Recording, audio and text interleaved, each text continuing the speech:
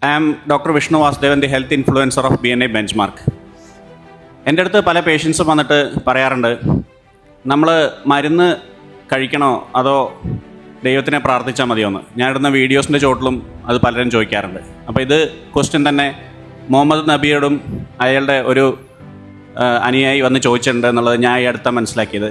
അത് ഞാൻ ഒട്ടകത്തിനെ കെട്ടിയിടണോ വേണ്ടത് അതോ ദൈവത്തിനെ പ്രാർത്ഥിച്ചാൽ മതിയോ എന്ന്. അപ്പോൾ അയാൾ പറഞ്ഞു, നീ ആദ്യം ഒട്ടകത്തിനെ കെട്ടിയിട്ട് അദ്ദേഹം